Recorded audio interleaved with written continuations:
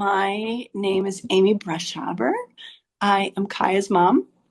I'm very proud to be Kaia's mom. I live in Invergrove Heights, Minnesota, in the United States of America, but formerly have lived in England, in London, and that was amazing.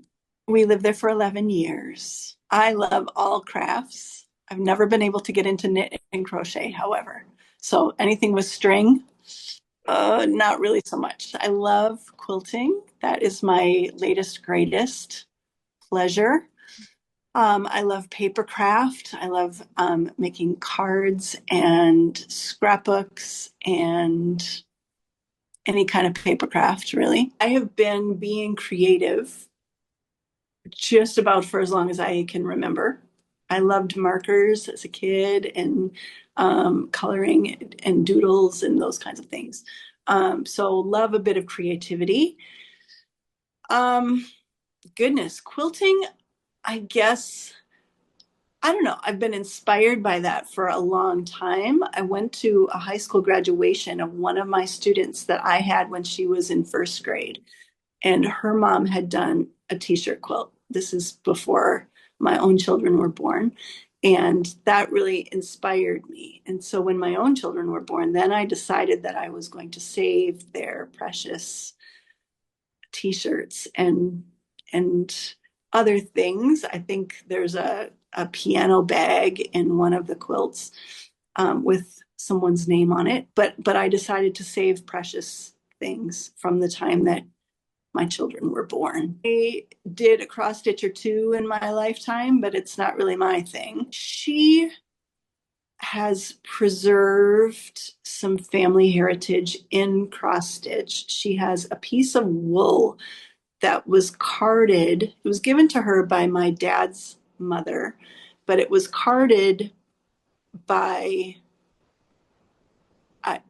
like my dad's, so probably my great grandparent Mhm. carded the wool and made a piece of wool, and then my dad's mom handed it to my mom, who did a family kind of heritage cross stitch on it, on that piece of wool.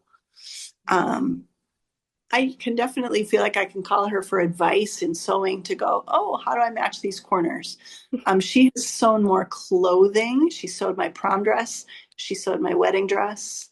Whereas mine is a little bit more straight stitching or a little bit more completely off the cuff. The t-shirt quilts were absolutely labor of love.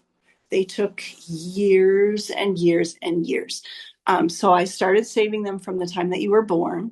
I started cutting them and backing them with cotton because I had stitched a t-shirt quilt for Dad and I before you were even born, and kind of learned the hard way. And then and that took a long time to cut and back all of them. Then you kind of have to lay it all out and figure out, okay, these pieces need to be this many centimeters wide or long, or you just kind of lay it out and do the math, really. It was pretty incredible to be finished with it. Because it took so long, but also it preserved your whole life, really.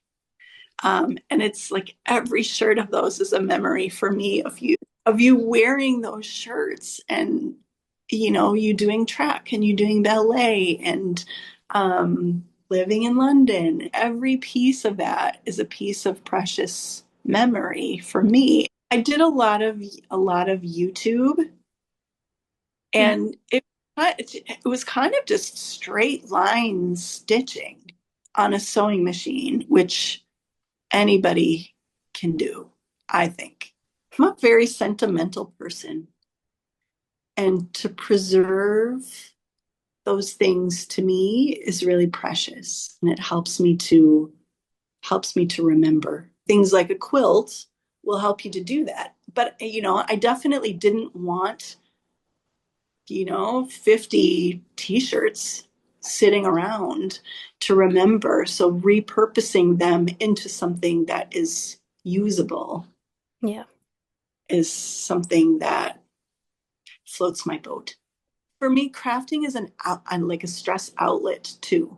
I enjoy doing it, um, but I enjoy the finished product too. I think I love gifting people with those kinds of things too. I think people need to do what drives them because I can't say to someone, oh, you should do this to preserve memories because that might not be their thing. Um, it's, I do it because it's my thing. I do think that sewing and quilting is becoming very much a lost art when you can go to Primark and buy something cheap as chips that will do the job the same thing, but to me they're not the same. I do think in general there's a lack of, I don't know, creativity is dying, I think. And I think social media plays into that because people are so, doom scrolling and that just takes hours and hours and hours of your time, and it's less time that you have for sitting without technology doing something creative. I've been on, I think they were mostly scrapbook retreats.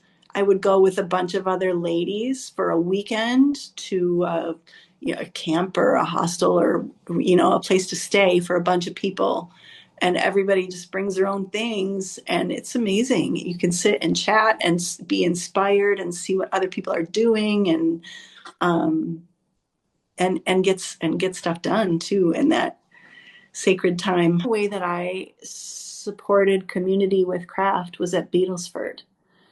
So Beatlesford is a school in Kingston for students with complex needs, ages 2 to 19. And I worked in the sixth form there, so students that were 16 to 19 years old, and we were doing a lot of enterprise. And that really fed my creativity for, okay, how can these students make things to sell that people will want to buy, but it's something that those students are able to do with minimal assistance. That was helping those students achieve something amazing with craft. So it was meeting their needs in a lot of different ways. I don't think I consider myself an artist. I don't know. When I think of an artist, I think about a sculptor or a painter, and I think about a perfection, something that looks to me like perfection, like you'd see it in a museum and it would be incredible. I also think about an artist as, oh, look at what they did. I could never do that. So no, I don't think I think of myself as an artist, a crafter, definitely, but not an artist. I also think art is sold for sometimes exorbitant amounts of money, or it's absolutely priceless. You think of like the David statue and how incredible it is, and like priceless, priceless. And I don't think of my things as priceless. I think many, hundreds of years ago, craft was done out of necessity. People had to sew their own clothes. You couldn't go to the store and buy clothing. You had to make it, and people grow. Um, but yeah, now with just the industrial revolution and the way that things are produced so cheaply in the world and mass produced and not well produced necessarily, it has made craft become a bit of a lost art. I mean, I think my biggest gifts that I've given have been those t-shirt quilts and labor of love, really.